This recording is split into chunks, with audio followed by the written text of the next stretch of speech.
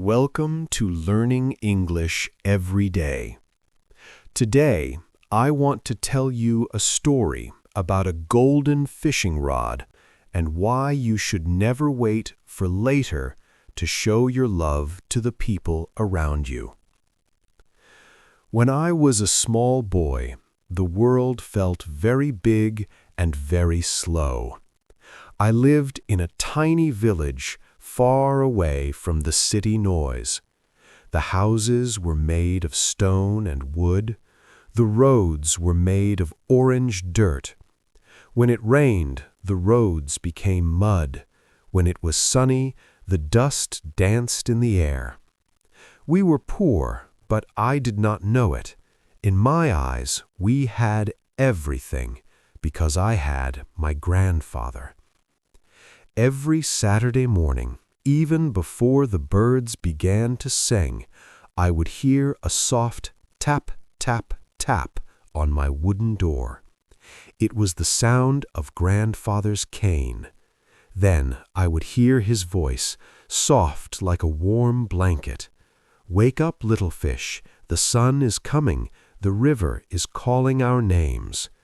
I would jump out of bed. I did not need a clock. I only needed him. We would go to the small kitchen. Grandfather would cut 2 thick pieces of bread. We put a bottle of water in an old bag. That was our lunch.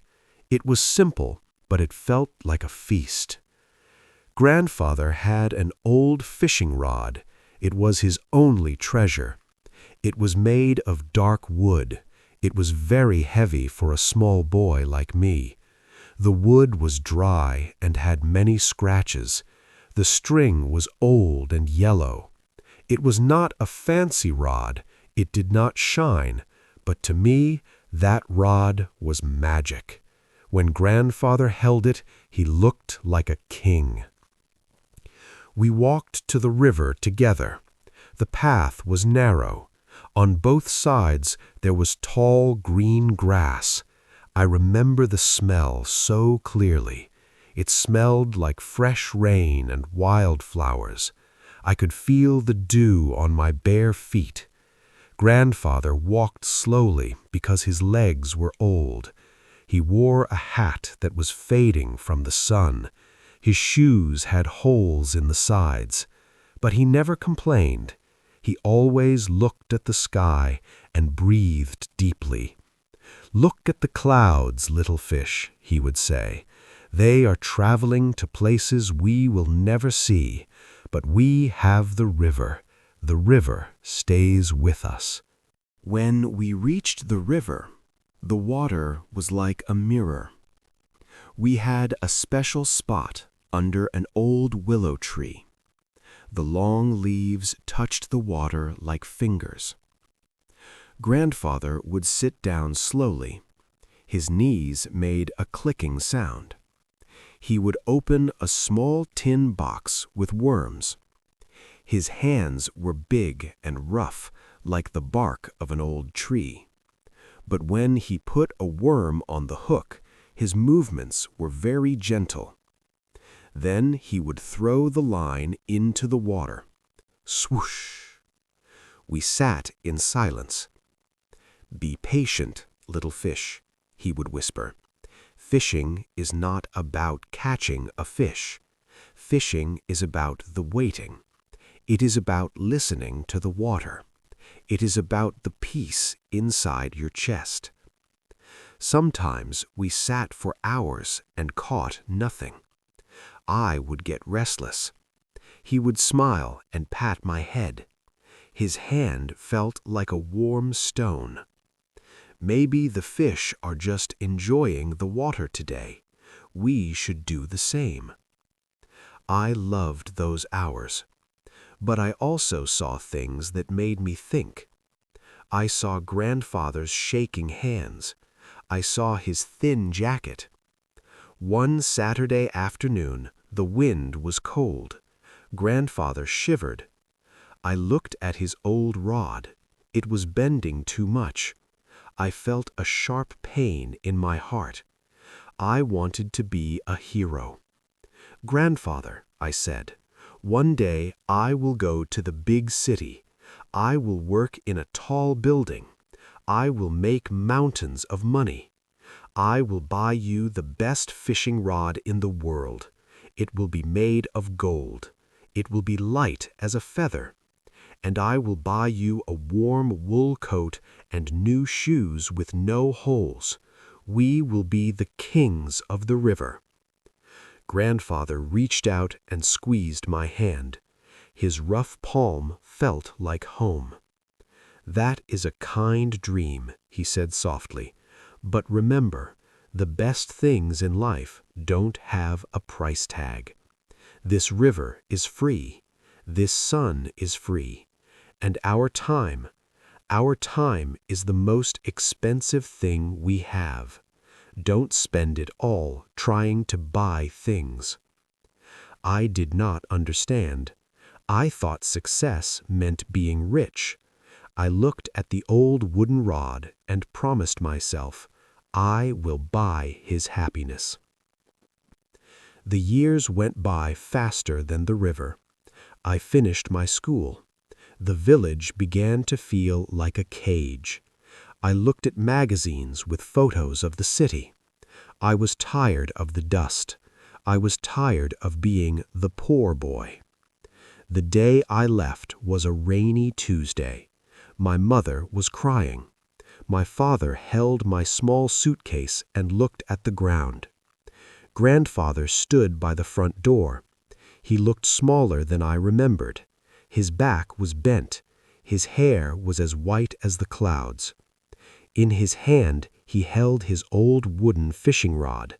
He was leaning on it like a cane. "It is time," he said. I hugged him. He felt very thin, like a bird. "I will be back soon, Grandfather," I said. "I am going to get that golden rod for you. Just wait for me." Grandfather looked into my eyes. He looked a little sad. "Go," he said. "Work hard. But listen to me, little fish. Do not forget the river. Do not let the city noise drown out the sound of the water." I got on the bus. I watched my parents waving. I watched Grandfather standing still until he was just a small white dot in the rain. I thought that leaving was an act of love. I thought money was the only way to say, "I love you." In the city, the air smelled like smoke and oil. The buildings were so tall I had to lean back to see the tops. People moved like water in a storm. They did not say good morning. Everyone was chasing something. I started chasing too. I found a job in a large company. At first, I was just a helper. I worked from 7 a.m. until 9 p.m. I lived in a tiny room with no window. It was cold. I was lonely, but I did not stop. I thought about the golden fishing rod. Soon, I told myself, just a few more months. I worked harder than anyone else. I stayed late when the office was dark. I ate my dinner, usually a cold sandwich, at my desk. I stopped wearing my village clothes. I bought a suit. It made me feel powerful. In the first year, I wrote letters every week. "Dear Grandfather, I am saving my money. I will come home for the harvest." But when the harvest came, my boss offered me a promotion. "If you stay and work, I will give you a raise," he said. I looked at my bank account. It was not enough for a golden rod yet.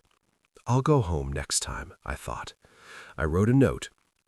"Grandfather, I am too busy this month. I am working for our dream." I sent a check instead. $50. I felt proud. I thought, this is better than me being there. Now he can buy meat. But the letters from the village became shorter. Grandfather only wrote, "We are fine. The river is still here. We miss your voice." I did not have time to miss anything. I was climbing. I moved to a better apartment. I bought a shiny watch. I became a manager. My phone never stopped ringing. Beep, beep, beep. Emails arrived at 2 a.m. I was winning the race. I was successful. Sometimes, in a loud meeting, I would see a flash of blue in my mind, the blue of the river. I would feel a ghost of a rough hand on my shoulder. I would shake my head. Not now, I would tell the memory. I am almost there. I just need more, a little more money. Then I will go back. I did not know that while I was counting my money, the clock was counting my life. I thought I was buying a future, but I was selling my past, and the river was flowing away, never to return. The city never slept, and soon I stopped sleeping too. My life became a circle of numbers and lights.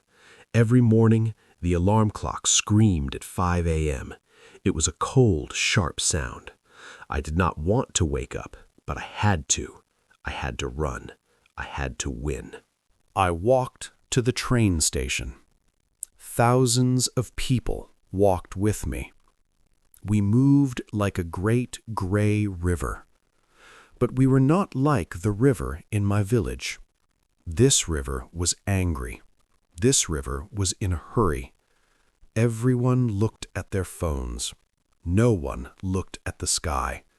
No one looked at the trees. Actually, there were no trees. Only concrete. Only glass. Only steel. I reached the office at 7 a.m. The building was a giant of glass. It was beautiful, but it was cold. Inside, the air was always the same temperature. It did not matter if it was summer or winter outside. Inside, it was always the same. I sat at my desk. My desk was clean. My computer was fast. I had 3 screens. I had a phone that never stopped ringing. Ring, ring, ring. Yes, this is him. No, that is not enough. I need the report by noon. Send the email now. My voice became hard. My words became short. I forgot how to speak slowly. I forgot how to whisper like I did by the river. In the city, if you are quiet, people do not hear you. If you are slow, people walk over you. I ate my lunch at my desk. I watched the numbers move on the screen. Green numbers meant I was winning. Red numbers meant I was losing. I hated red. I wanted everything to be green. I thought, if I have enough green numbers, I can finally buy that golden fishing rod. If I work 1 more hour, I am 1 step closer to the dream. But the dream was always moving. When I made $10,000, I wanted $20,000. When I got a small office, I wanted a corner office. I was climbing a mountain that had no top. I stayed late. 8 p.m., 9 p.m., 10 p.m. The cleaning staff would come. They were quiet. They looked like ghosts in the dark office. I was the last one to leave. I walked to my car. My car was expensive now. It was fast. It was leather. It smelled like money. I drove home through the city lights. The lights were bright, yellow, red, blue. They were beautiful, but they were not like the sun. They did not feel warm. They just made my eyes tired. At home, I would open my laptop again. I checked more emails. I checked my bank app. The number was big. It was very big. I should have been happy. I had the car. I had the suit. I had the mountain of money I promised grandfather. But my heart felt like an empty room. I was tired in my bones.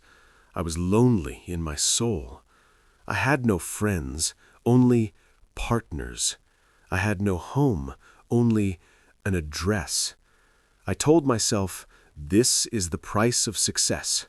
One day I will stop. One day I will go back. Just not today. Today, I must work. I was like a machine. I did not feel the rain. I did not see the moon. I forgot that I was a person. I was just a worker. I was a runner in a race with no finish line. And the farther I ran, the more I forgot why I started running in the first place.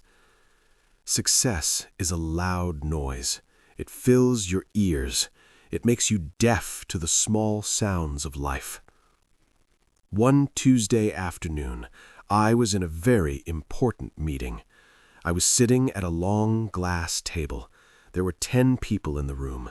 We were talking about a deal worth millions of dollars. Everyone was serious. Everyone was focused. Suddenly, my phone vibrated on the table. Buzz, buzz. I looked down. On the screen, I saw one word: Grandpa. My heart skipped a beat. For a second, I saw the river. For a second, I smelled the willow trees. But then a man across the table asked me a question about the budget.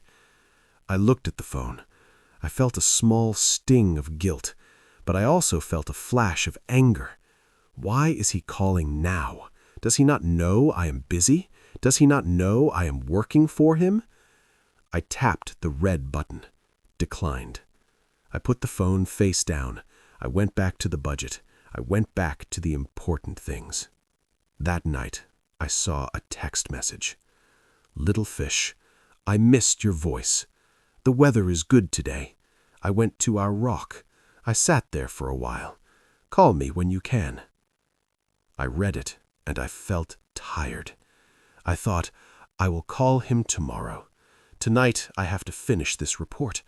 If I finish this report, I might get a bonus. If I get the bonus, I can buy him that special wool coat. Tomorrow came, but tomorrow brought a new problem. A client was angry. A computer broke. A meeting ran late. Bzzz, bzzz. It was Friday. I was at a dinner with my boss. We were in a fancy restaurant. The lights were low. The food was expensive. My phone vibrated in my pocket. I knew it was him. I did not even look at the screen. I just pressed the button through my suit fabric to make it stop.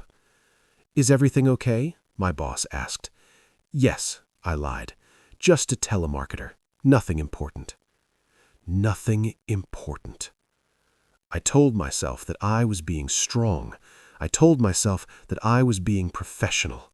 I thought, Grandfather is in the village. Life is slow there. He has nothing but time. He will be there next week. He will be there next month. But I did not have time. I was a manager now. I had responsibilities. I had a reputation to keep. Another call came on a Sunday morning. I was sleeping. I had worked until 3 a.m. I was exhausted. The ring rang and rang. I pulled the pillow over my head. Leave me alone, I whispered to the empty room. Just let me sleep for 1 hour. The ringing stopped. A few minutes later, the new voicemail icon appeared. I did not listen to it. I didn't want to hear his shaky voice. I didn't want to feel the weight of his loneliness. I wanted to stay in my city bubble. I sent a text. Hi, Grandpa. Very busy week. I am doing well. I sent you some more money today. Buy yourself something nice. I will call you when the project is over. Love you. I hit send. I felt better. I thought the money was an answer. I thought the money was a bridge. The project ended, but a new project started. I bought a new car. I bought a watch that cost more than Grandfather's house.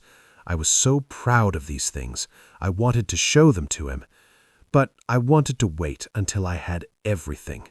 I wanted to arrive in the village like a king. I wanted the homecoming to be perfect. I kept saying, later. Later I will go back. Later I will listen to his stories.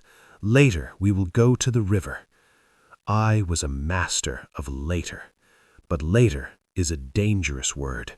It is a liar. It tells you that the future is infinite. It tells you that people do not change. It tells you that hearts do not stop beating. One evening, I was standing on my balcony. I looked at the city. It was a sea of lights. I felt successful. I felt powerful. But for a moment, the wind shifted. It smelled like wet grass. Just for a second. I felt a sudden, cold fear. I looked at my phone. There were 5 missed calls from my mother. 5 calls in 1 hour. My mother never called me 5 times. She knew I was busy. My hands started to shake. The city lights suddenly looked blurry. I realized that I had been running so fast that I did not see where I was going. I had climbed the mountain. I had the gold. I had the success. But as I reached for my phone to call back, the silence of the apartment felt heavy. It felt like a warning. I realized that later had finally run out, and all the money in my bank account could not buy back 1 single minute of the time I had thrown away. The next morning, I did not go to the office. I did not check my emails. I did not call my team. My hands were still shaking from the phone call with my mother. Her voice was still in my ears. "Grandfather is not well," she had said. "He is very weak. He asks for you every day. Please, come home." I felt a cold weight in my chest. I looked at my big apartment. I looked at my expensive watch. I thought, it is time. I am successful now. I have enough. I drove to the most expensive fishing shop in the city. It was a shop for rich people. The floor was shiny. The lights were bright. A man in a suit walked up to me. "Can I help you, sir?" he asked. "I want the best fishing rod you have," I said. My voice was loud. "The most expensive one, the lightest one. I want the golden one." The man smiled. He went to the back of the shop. He brought out a box. It was black and gold. He opened it slowly. Inside was a masterpiece. It was a carbon fiber rod. It was black with gold lines. It was beautiful. It was strong. It was as light as a feather. "This is the best in the world," the man said. "It costs $5,000. $5,000. That was more money than my grandfather made in 5 years in the village." "I will take it," I said. I paid with my gold card. I did not look at the price. I did not care. I felt proud. I felt like a hero. I thought, I am finally keeping my promise. Grandfather will see this and he will be so happy. He will see that I did it. I won the race. I also bought the best wool coat I could find. It was soft and thick. I bought the best leather shoes. No holes, no scratches. I put everything in my fast, expensive car. I started the engine. I drove out of the city.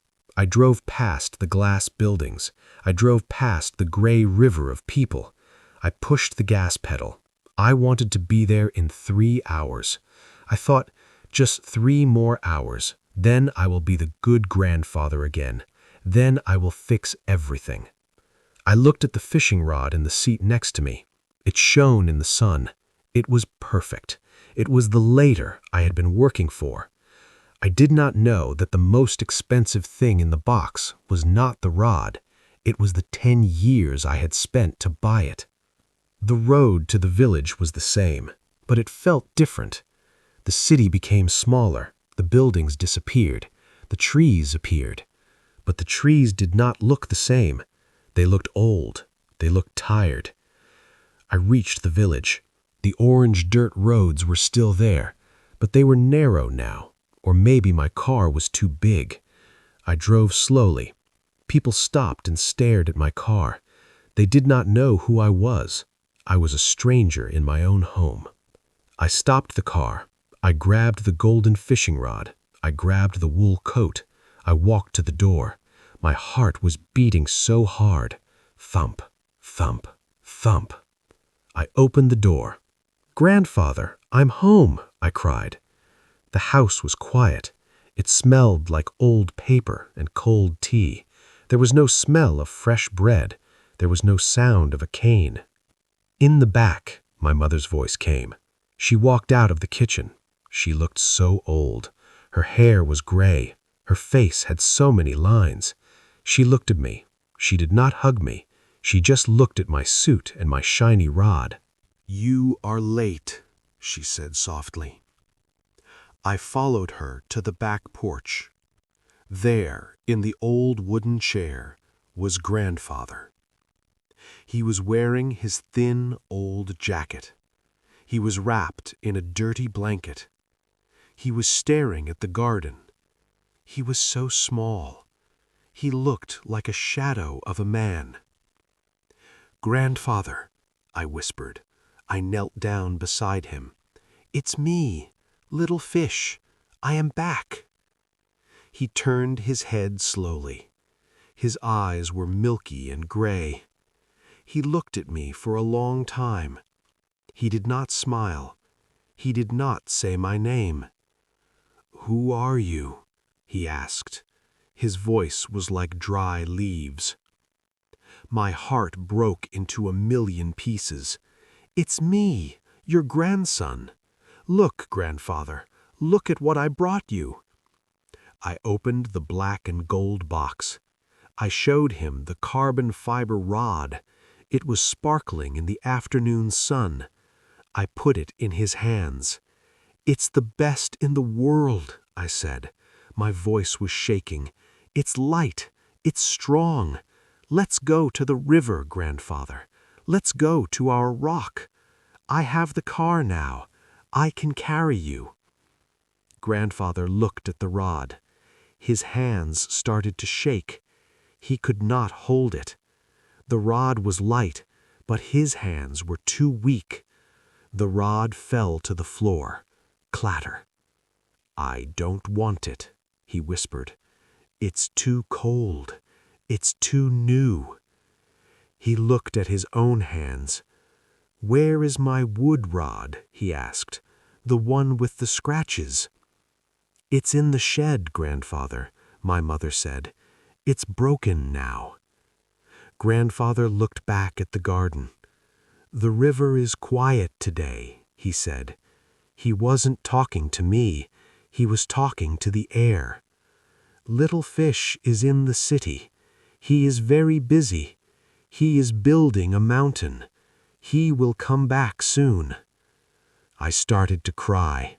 I took the soft wool coat and tried to put it on him. "I'm here, Grandfather. I'm here now. I have the money. I can buy you a new house. I can buy you a doctor from the city." He did not look at the coat.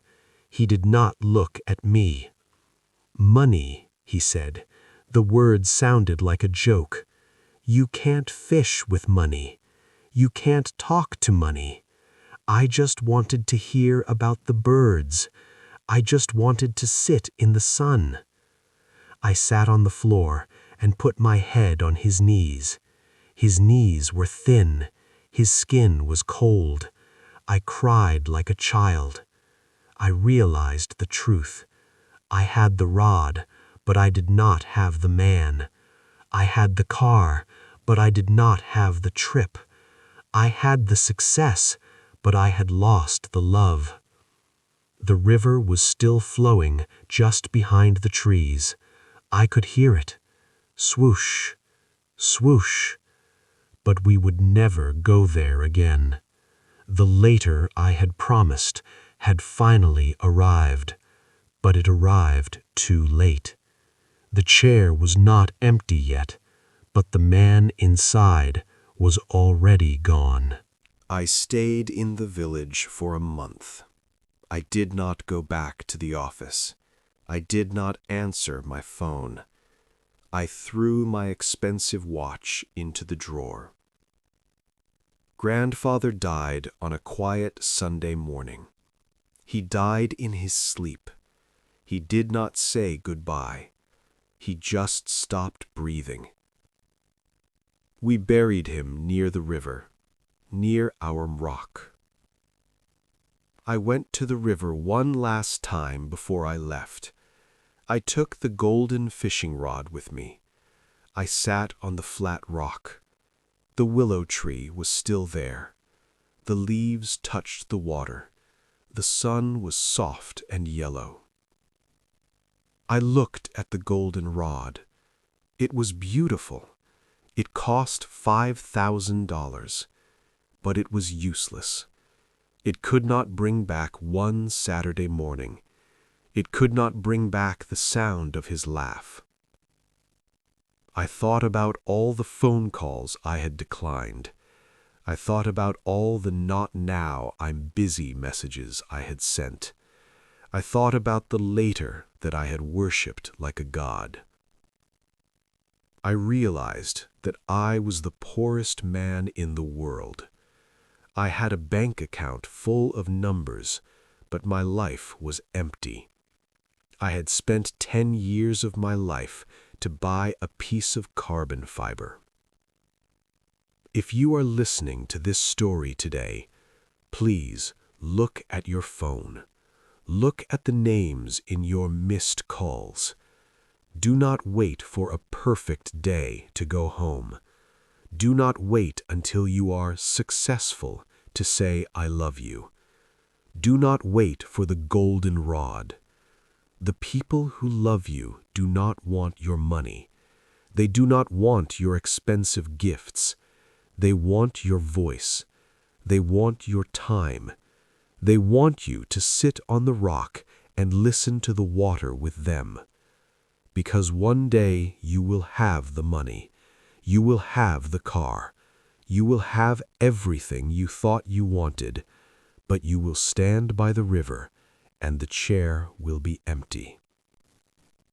I had the money, but I did not have the time. The river was the same, but the person was gone. Thank you for listening to this story on Learning English Every Day. Life is short. Love is now. Please call someone you love today. Don't say later. Say it now. If you like this story, please subscribe and share it with a friend. Let's learn English together, and let's learn to live together. Practice these words: wait, time, success, empty. I will see you in the next story.